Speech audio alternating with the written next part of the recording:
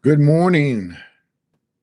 Good morning, everybody. Hope you're having a day off. If you've got to work in this cold weather, I hope you're careful, and I hope if you're sick, like a lot of folks have been, that you're getting better.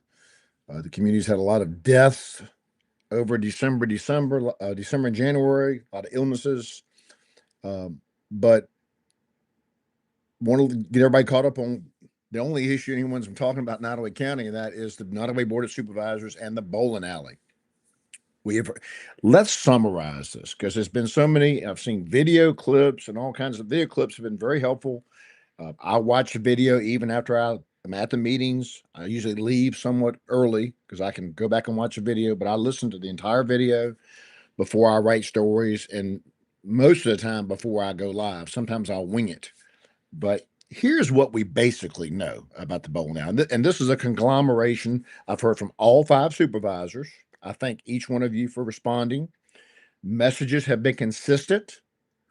The only thing that's been inconsistent is the answers I've gotten and the answers that were given to Citizen Chris Page at the board meeting Thursday night. I'm going to get to that in a minute.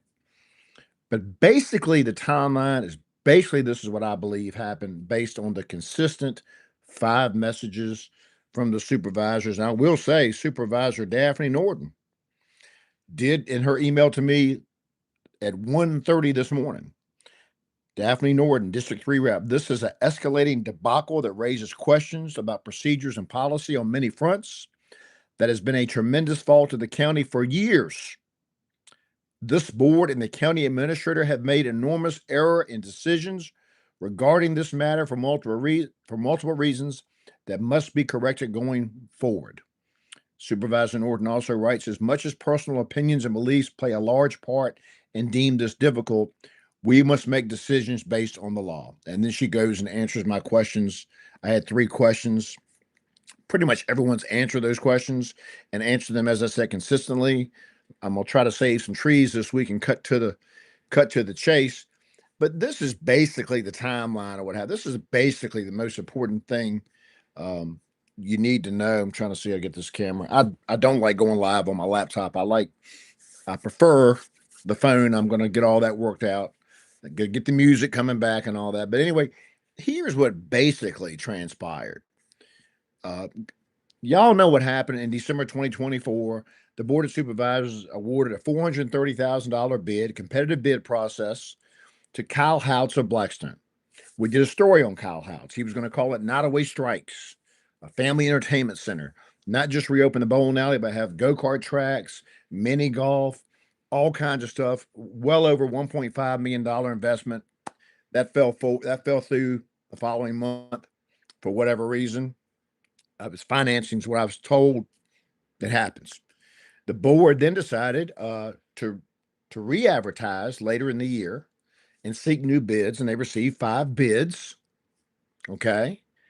And those bids were never made public until I asked to see them after they rejected all 5 bids.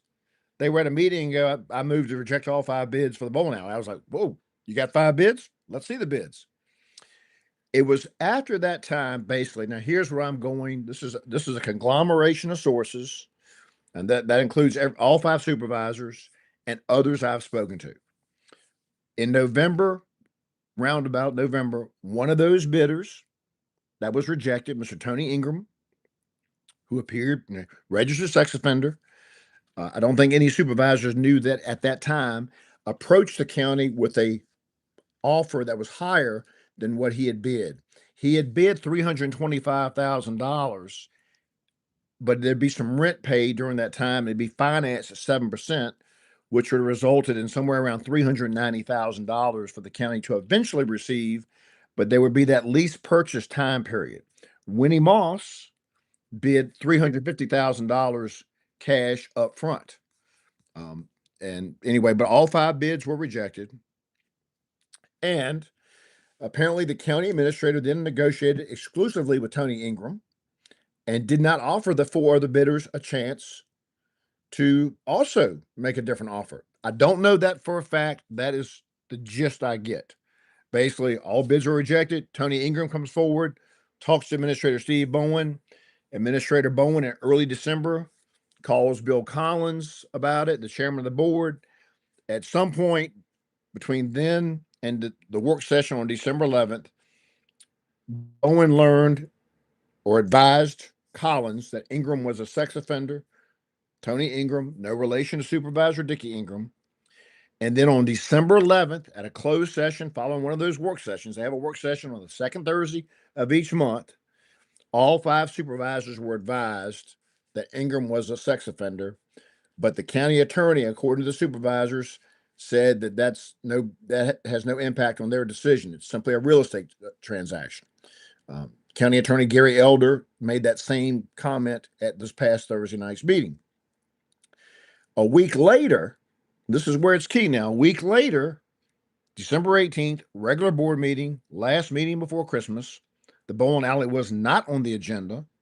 And sort of out of the blue, as the county administrator sort of rambling through his report, oh, by the way, I need a motion to authorize me to sign a contract with a person for the bowling alley. Bo Toth made that motion. John Rourke seconded, and the motion carried 5-0. And everybody at that time knew that it was Tony Ingram and knew that he was a registered sex offender. John Rourke has said, Supervisor Rourke, he's gotten some criticism, but John Rourke said in an email to me and text messages from December 30th, which is almost 3 weeks ago, confirmed this. John says he was under the impression that Steve was going to negotiate with Ingram, but it would come back to the full board for a vote. And there's even a text message from John Rourke to Bill Collins, the chairman of the board, to see if Winnie Moss was interested, that sort of thing. But anyway, December 18th, the board voted. And then on January 13th, this past Tuesday, the contract was signed. And that's when Mr. Ingram's wife put on Facebook that Tony was buying the bowling alley. Now, the document is called, bear with me, I think y'all can see this. Let me make sure y'all can see this. The document says lease agreement. The document says lease agreement. The county attorney says that a public hearing is not required to lease county facility. Okay? But in this lease agreement, there is option to purchase. Option to purchase. Now, they're careful about calling this a lease agreement, but it's a purchase, and he's up the purchase price to $410,000 after a deposit of $5,000. Okay. And then the rent, let's see here. Rent was going to be $2,700 a month rent. So financially, a huge sum of money, but it's got a 30-month provision of paying rent. We have seen what are the odds of the bowling alley being successful enough to encourage someone to get the financing, enable someone to get the financing to spend the additional hold on, I want to make sure I said it right, $410,000. Now, while a public hearing may not have been legally required, now this is, like I said, it's very carefully worded lease agreement on the cover. But the actuality of it is, to be fully transparent, it is a lease purchase agreement. Lease purchase agreement. Y'all all see that? Some of y'all probably want to screenshot it. So in that case, I would argue a public hearing would probably be required. And even if it's not required, this is something you have to remember. Just because something's legal doesn't always mean it's the best policy. To call disposing of this bowling alley a simple real estate transaction is to call the blizzard of 1996 light precipitation, frozen precipitation, or the ice storm of 2021, sleet, freezing rain. Different. That bowling alley, let's see, how did we get here? It was destroyed by fire on March 10th, 2008 out at Pickett. It was rebuilt 2 years later where it stands now, despite the fact that the town of Blackstone offered a free site in the town square closer to more people in downtown. The county refused, They built it. They rented it for $5,000 a month to Dave Carmichael. At one point, I think due to decline in business, the rent was renegotiated. There was a percentage of gross sales involved.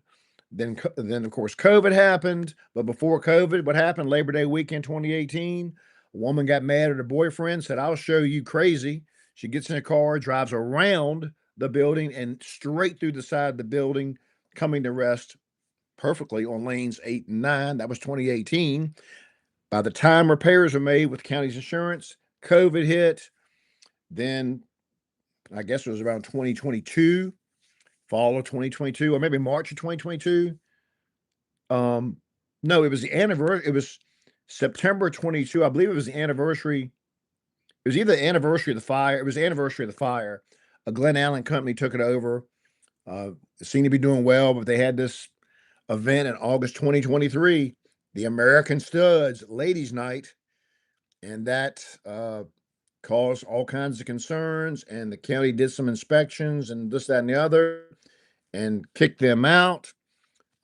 You will hear Administrator Steve Bowen on December 18th say that when they left, they took things, including I think the hood for the oven or something to that effect. Anyway, it's been a debacle. And the reason the bids were rejected in October is the county, for a brief moment, had this thought that during courthouse construction, maybe the social services would move to the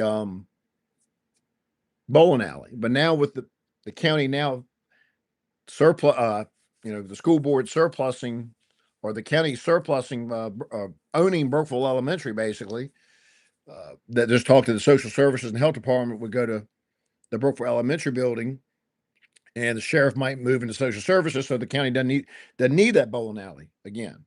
But here's where we get to the key question, though. When Chris Page asked the question, when were you made aware? There were 4 of the 5 supervisors present Thursday night. Bill Collins was home with his wife, who had a very serious health scare. I hear she's doing better. We're glad to hear that. But Daphne Norden nodded her head no after she had asked the attorney to stand up. Bo Toth and Dickie Ingram and John Rourke both all said basically not until after the fact. Now, the question is, what do you mean after the fact? You voted December 18th. I think they're going to say publicly Thursday night at the special meeting, where there will be no public comment, 6:30 in the health department basement, right before the 7 o'clock economic development committee. I think supervisors are going to say they met after the fact, meaning after the negotiations had been made between Mr. Bowen and Mr. Ingram. That's my guess. I can't read minds. I guess I'm trying to here, but they were all consistent. And I'm thinking that's what they're going to hang their hat on, as to, not until after the fact. Well, like I said, you knew December 11th he was a sex offender, and you voted December 18th. You didn't name the person. No dollar figures were disclosed for the public. So, you made a fully informed vote on December 18th, with the exception, Supervisor John Rourke has, like I said, an email to me last week, supported by text messages on December 30th, obtained by citizen Chris Page. He asked Chairman Collins if this thing's going to come to a vote again. And also, I think you get that from the December 18th video of Supervisor Bowen said, you're all right with me signing the contract, but, and there was indication that John Rourke had some concerns. I think Supervisor Rourke probably wishes he'd have been more outspoken on December 18th. But at the 2-hour, 17-minute mark, folks, people get tired. It happens. You get sluggish. You get, we all get lazy, tired, and aren't always on our A game. I think if Supervisor Rourke had a mulligan, he would have gone back and said, just for the record, if this is the person who I think it is, I'm going to be strongly opposed to that person. And again, the right thing to do would have been, okay, we've got to propose. We've come to propose terms. Let's put this before the public, and certainly it's not the county's responsibility to announce they're doing business with a convicted child sex offender. That is not the county's responsibility. There are laws in place. He's on the sex offender registry. He has to register every year. And as someone said yesterday, Ken Conduff on Facebook, citizen Ken Conduff, Nottoway County native, who's involved with corrections, He's been honored by the Department of Corrections for his duties. He made the comment and said, "Look, all this uproar about the sex offender, there are laws in place. If he's not able lawfully to operate a bowling alley or be affiliated, the law is going to take care of that." And I think that's accurate. The bigger questions here are for a lot of people from the news, but from my standpoint as editor, the procurement, the transparency, and I hate to use this word, but until supervisors can confirm what I just said about what they thought after the fact means, there's a crisis in confidence. There is a integrity issue that is confronting this board. Um, I learned something new yesterday, and if I'm wrong, I will ask forgiveness and I'll ask people to correct me. As always, if I say something wrong, please correct me. Several people on the board, including many of us in the audience, when John Rourke slammed his fist and said, "Enough, enough. I'm sorry, y'all. I can't take this." And he left and he went in the back room. I mean, there were people, he had a stroke 11 months ago, almost a year ago, less than a year ago. And I was told that another supervisor was so concerned about his health. I was told it was Supervisor Norton that she went and she prayed with him. John Rourke later explained at the end of the meeting, he apologized for his outburst, but he could not stand to hear the graphic detail that Tony Ingram was providing in his defense. Tony Ingram insisted he was wrongly convicted. He insisted that the foster kids and another child, I think his own son, had thoughts had been put in their head, and that Tony Ingram said he had passed a polygraph. Well, as I've said before, polygraphs are not admissible in criminal proceedings. They are in civil proceedings. I think you all remember the O.J. trial. O.J. Simpson flunked the polygraph, but it couldn't be brought up at criminal trial. I believe it was mentioned in the civil suit where he had to pay the Goldman family $33 million, that sort of thing. But that's the gist of what happened. In the meeting this coming Thursday, no public comment will be allowed. I don't know. That's gonna be tough. That's a tough one to enforce. If people show up in that small little basement down there at the back of the health department building, but that is the supervisor's prerogative that, public comments are allowed at regular meetings. I've seen them allowed at work sessions. It just, if you're chairing a meeting or presiding at a meeting, you kind of go with the flow. It was always my position as mayor, if we had a packed house and it was a committee meeting that I rarely attended as mayor, or, Blackstone lets people comment at the beginning of a meeting and the end of a meeting. I think that's really cool. They do that. I think Crew does as well. The only thing about the end of a meeting, a lot of folks aren't going to stick around for 3 hours on a weeknight when they've got to get back to their jobs and take care of their own business. But there is a lot to digest in this week's paper, and it's not just about the bowling alley. There's a lot going on in the courts, with the budget, finances, the county audit report, folks. You can see glass half full or glass half empty. I see it. I see it with a little water swishing around. That's what I see it, especially knowing the storm coming up. And that's what makes the bowling alley decision even more strange. The county is selling land to the Ward Burton Foundation to grab that cash and invest it as quickly as possible at the highest rate possible to take the interest to pay the debt payments to minimize and maybe avoid a tax increase this coming year or next year, which will be an election year. But yet you're going to do a finance deal with someone that's an unproven commodity in business that I know as far as the bowling alley business, and turn down $350,000 cash from Winnie Moss, and I wouldn't care who it was. If someone's paying you $350 cash and they're good for it, it's an aberration of this county's behavior. They've been, like I said, sell the beloved Officers Club, where the Amelia County High School is going to have its prom on April 11th, so it must not be falling down. 183 acres that is prime industrial land that now will be subject to the veto of the post commander forever. And then those two deals have been done. They were 5-0 votes. And then the county's also proposing to sell 55-acre barracks area for $700,000. So why the interim, the lease purchase on the headache you've had, the headache of being the owners of the bowling alley, having to deal with strip shows and reports of underage drinking and all that, people getting mad and driving a car through a building. It's just an aberration. Tony Ingram is not related to Supervisor Dickie Ingram. I don't know of any quid pro quo, any close relationship. It just seemed that Tony Ingram, and he had every right. Tony Ingram had every right, just like you, me, or anybody, to go to the county at any time and say, "Look, I want that bowling alley. I want to throw this much money. I want to offer this." Even if you had been a bidder, you have the right to do that. It's how the county responds that sets the course for whether policy is wise, policy is legal, policy is going to pass public muster. And this decision has been, this chain of events going back to November has been a disaster, a disaster. And in full transparency, that's the way I roll. It was leaked to me, I'd say around Christmas, that the county's going to end up, very informally, going to end up selling the bowling alley to a convicted sex offender.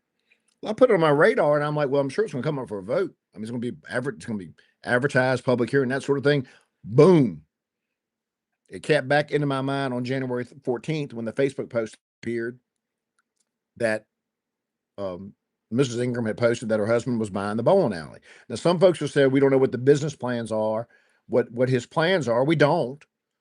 But if your husband's buying the bowling alley, and that's how you describe it, and it's got several $100,000 worth of lanes and equipment, one would think if you're going to spend that much money on a building, unless you've got a data center that's coming to buy it from you, you're probably going to operate as a bowling alley. But I don't know that. And Mr. Ingram certainly didn't say otherwise the other night. Tony Ingram did not say, hey, look, I'm not going to do a bowling alley. I'm not going to do this. This is not going to be a kid-friendly event venue. Didn't say that at all. So my guess is that the special meeting on Thursday will be two-part, and this is me simply guessing. I bet you that the supervisors have found a way out of this, and or Mr. Ingram has said, "Okay, I'm done. This has been a mess. It's caused a firestorm. I don't want to do this." And then probably you're going to hear some speeches from supervisors about the whole process, maybe some mea culpas. But again, when they all answered, they didn't know till after the fact. When they voted on December 18th to authorize Mr. Bowen to sign a contract with someone they knew to be a convicted sex offender, that answer is not true. They must have meant in their minds, and I'm going to always assume people are being honest until proven otherwise. That's how I roll also. After the fact must mean after the fact that Mr. Bowen and Mr. Ingram came to an agreement that would have to be ratified by the supervisors. Still not a good answer. Still not a good explanation. And none of them said, including Supervisor Rourke, who I think he is probably out of the woods on this one based on the text messages and his comments, email to me, and the way it was phrased at the December 18th meeting. Someone should have said, whoa, whoa, whoa, whoa, whoa. This is the bowling alley. This has been a blemish on the county for a while here now. Let's do this right. And whatever our attorney told us in closed session, we appreciate. We're going to go a step farther because it's a bowling alley.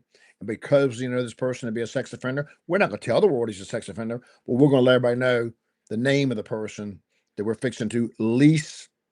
It's a lease purchase. It's to sell the bowling alley. And that this document, I think, has probably got lease on there very deliberately so. But then you turn past the cover page, and the terms of the lease include option to purchase right there. Option to purchase price. None of which was ever said publicly at the December 18th meeting. Or remember, supervisors had a meeting first week of the year to reorganize. No mention of the picket lanes. No additional mention, no update given on picket lanes that I heard on Nottoway lanes. It's Nottoway lanes. So that's the latest. It's a cold, clear Martin Luther King Day holiday. I hope y'all do something meaningful on your holiday. Monday holidays, we work.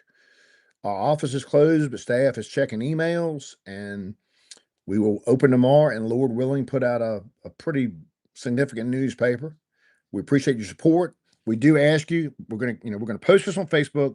We would greatly appreciate you subscribing to this channel, and we're going to make this channel better and more active. And again, we just thank you for the opportunity to serve you.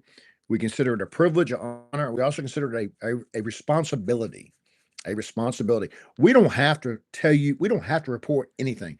People will say, well, Billy, you got no choice. You had to put that in paper. I got you pick and choose. I can run honor roll all over the front page, just the honor roll, and just say, yeah, throw the ads and the rest of it and mail y'all a paper.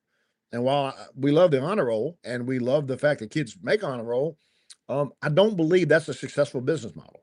I believe you got to let people know what the important events are in the community, along with the good stuff.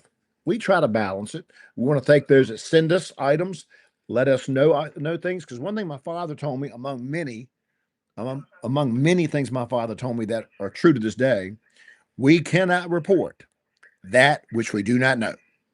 So thank you. Be safe, be grateful, be happy, be the best you can be. Let me click the end stream button. See ya.